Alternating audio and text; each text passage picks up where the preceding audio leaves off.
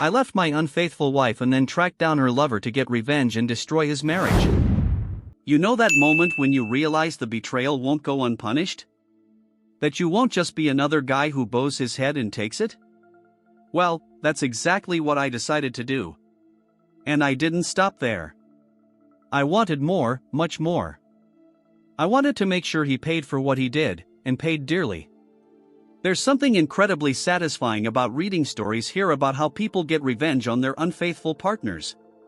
But I never imagined that one day I would be one of those people writing to seek advice. Life happens fast, and that's never been truer than now. I'm 34, male, and was married to Fiona, who is 35, for 7 years. Our marriage was okay. I won't lie and say it was spectacular, because we had a lot of fights, but the love was still there. At least, that's what I thought. However, it seems I might have been the only one of the two who believed that. Anyway, we made it work, and that's what mattered. Let me tell you how the story started. We had one of our fights. Something you need to know about Fiona is that she has the terrible habit of going completely silent when confronted. It doesn't matter if you approach her aggressively or try to be as gentle and calm as possible. As soon as she senses a confrontation, she simply refuses to engage. This drives me crazy because it means I can almost never know what she really thinks about our arguments or conflicts. Because of this, I tend to avoid fights, since it irritates me so much. But that doesn't stop disagreements from happening. This time, we argued about having kids. I've always been somewhat indecisive on the subject, but I'd lean more towards no. The next thing I knew, she had completely stopped talking. This drove me mad because it was a very important conflict, something we needed to resolve or at least discuss to the end. I really needed to know her position and if she understood the points I was trying to explain. But she just shut down. So I left her there, in the living room, and went to do other things around the house. At one point, I saw Fiona typing furiously on her phone, which piqued my interest. I thought she was probably telling someone, maybe one of her sisters or friends, her true feelings. I was tired of never knowing what she really thought, and since this was something so important, I decided to find out, whatever it took. At the next opportunity, I took her phone and started reviewing some conversations, beginning with the ones she had with her sisters. But I found nothing relevant, just family drama. The trouble started when I decided to look at the conversations with one of her friends. That's where I found much more than I expected.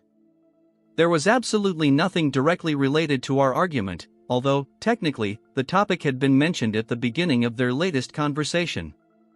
Fiona mentioned we'd had a big fight about kids, and the friend was understanding. But that was it as far as I was concerned. Fiona's next message was, "It's getting harder and harder not to consider leaving him for Aaron, especially since we both definitely want a house full of kids." When I read that, I literally felt dizzy and had to sit down. It was like a punch straight to the gut, because it was the last thing I expected to find. I put her phone back where it was, and it was a good thing I did, because she walked into the room 2 minutes later. But it was clear to me that I needed to investigate further. I needed to find out who this Aaron was, and although I knew something was going on between them, I needed to confirm it and find out how long it had been happening. At the next chance I got, I searched for the name Aaron on her phone. Not only did I see his contact, but I also noticed he was mentioned in several conversations with two of Fiona's close friends. I was relieved to see that while one friend encouraged the talk about Aaron, the other tried to make Fiona see that she was married. But clearly Fiona didn't listen, because that was the last time Aaron was mentioned with that friend. The most revealing details were in the messages exchanged directly between Fiona and Aaron. That's where I found all the confirmation I needed. The start of their conversation was from over a year ago, talking about work stuff. That made it clear Aaron was a coworker of hers. She had never mentioned him before. I couldn't read the entire history, but by scrolling through the messages and stopping at a few points, I saw how things started to get more flirty. It became very obvious how far they had gone when I saw they were exchanging suggestive photos. The kind that left no room for interpretation. Getting to the most recent messages, from a week ago, I saw Aaron asking when they would meet again. Considering they were co-workers, they could only be talking about a private meetup. I think that was the moment I realized I was completely done with her. I took screenshots, recorded screen videos, and documented everything I could. It was huge, and she had no idea. Strangely, it made me feel powerful. But at the same time, I started to feel anger towards her. I decided I needed to plan something. I'm not just going to stand by and let her think she's won. I'm going to get even. I thought of something. I'm going to find out more about this Aaron. I want to know where he lives, because I'm going to confront him. I'm not in the mood for a fight, but I won't back down if it happens. I feel like he'll be the perfect target to unleash my anger on. Update 1. This is the first update, hopefully one of few, about my wife Fiona, who's been cheating on me with a coworker named Aaron. I haven't done anything yet, but I discovered a very important piece of information and I will definitely figure out how to use it. My wife's lover has his own wife. She almost certainly knows, yet she continues sleeping with him. Similarly, Aaron, a married man, knows Fiona is married but continues having an affair with her. I'm lucky to be one of the involved spouses who knows what's going on, but the problem is his wife is in the dark. I know some people in relationships prefer to remain ignorant, but regardless of whether that's her preference or not, I will make sure she finds out what's happening. If I can shake their relationship and potentially destroy it, that will be one part of the equation that will make me happy. As for Fiona, I've already started looking for divorce lawyers and have narrowed it down to 2. I don't think I'll be disappointed with either one in the end, but I'm satisfied to be prepared. I want to make sure every aspect of this hurts her deeply, right up until the divorce papers are served. Now I just need to wait for everything to fall into place in my favor. Update 2. Well, I never thought trying to expose an unfaithful husband would be so beneficial to me. I'm glad I decided to go down this path because it was very much worth it. Aaron's wife's name is Kate, and she's very beautiful. It makes me question why Aaron can't keep his hands off other men's wives when he has such a beautiful woman at home. But I know infidelity isn't just about looks. I decided to contact Kate through Facebook, and although it took a few days, she eventually replied to my message. I told her I wanted to talk to her about something related to her husband and suggested we meet in a public place.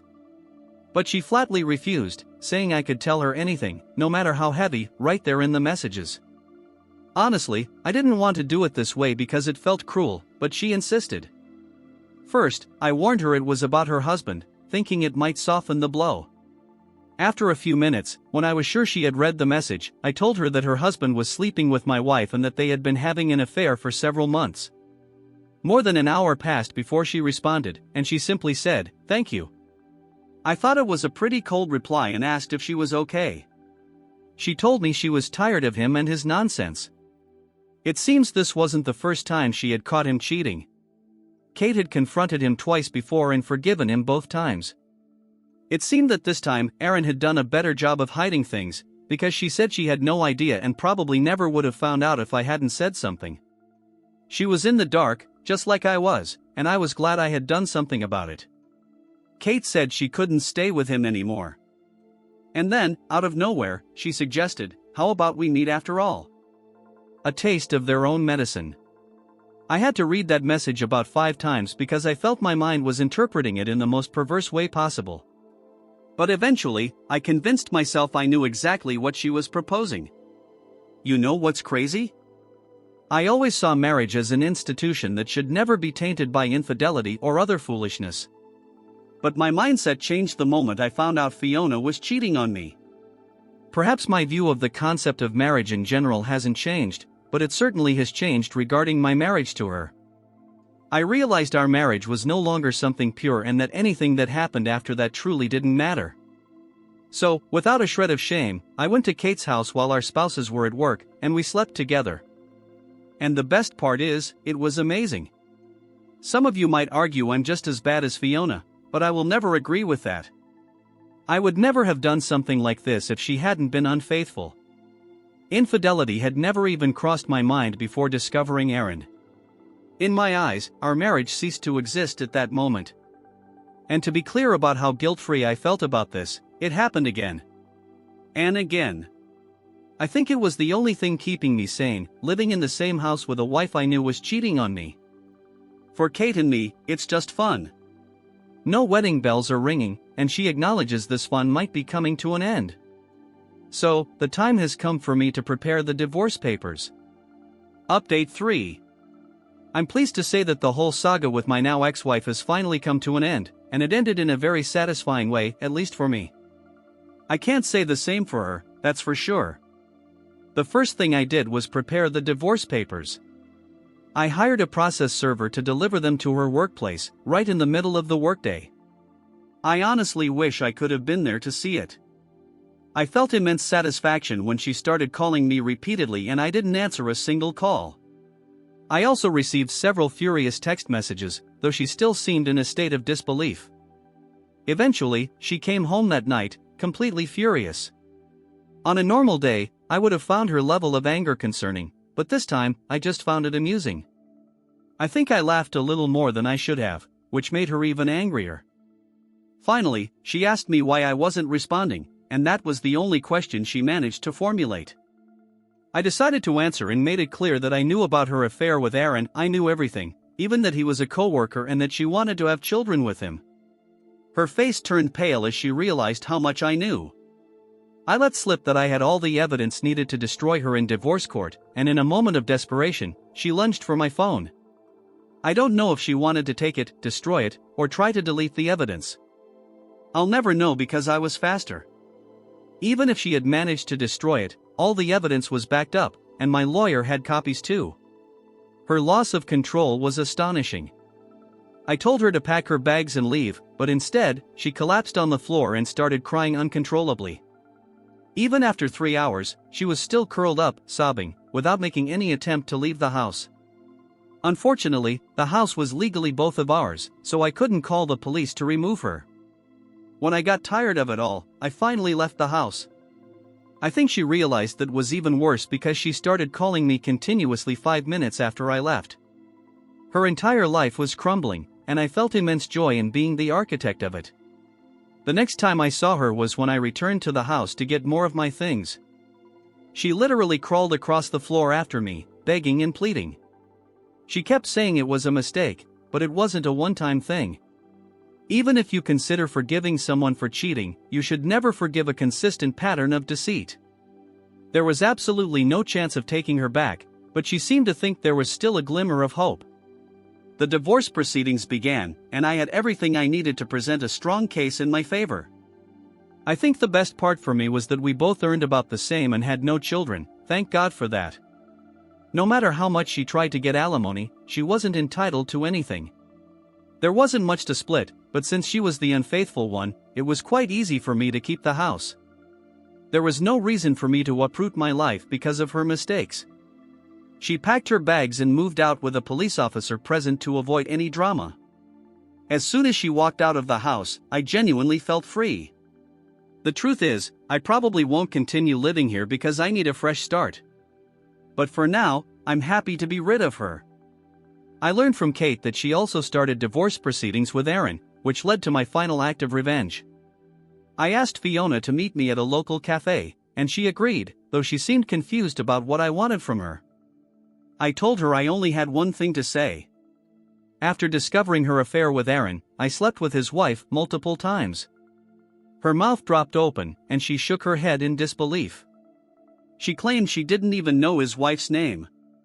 Then I told her name and where they lived, and that's when she finally believed me. Her hands were shaking, but I don't know if she was about to cry or was consumed by anger. I didn't bother finding out and walked out of there. The next day, I spoke with Kate about what I wanted to do. Surprisingly, she didn't oppose it, as long as I didn't leave any trace of any kind. She told me what time Aaron left for work, and within minutes, I was parked outside his office. When I saw his car arrive, I got out and walked over to him. Aaron looked confused at first but then recognized me. I took a step forward and said I wasn't there to fight unless he wanted to.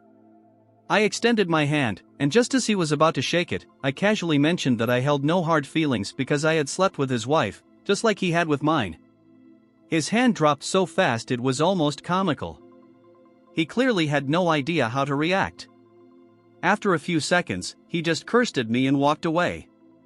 I had hoped he would try to punch me, just to give me an excuse to retaliate, but that didn't happen. Kate told me she moved out of the house that same day while Aaron was at work, so I'm not worried about what he might do. I hope she gets everything she deserves in the divorce because unfaithful spouses are the worst. Anyway, that's it. I'm happy to have reached the end of a very complicated marriage. Now I can focus on the life ahead of me. Reddit Relics comment. Ladies and gentlemen, what a story, huh? Honestly, you can really feel the weight of the betrayal and the impact of every decision made by the OP. Despite it all, he managed to turn things around in a way that, let's be honest, was deeply satisfying. Now, of course, we can't ignore that the drama level here was off the charts, the kind of stuff only karma and some serious planning can resolve. But what do you all think?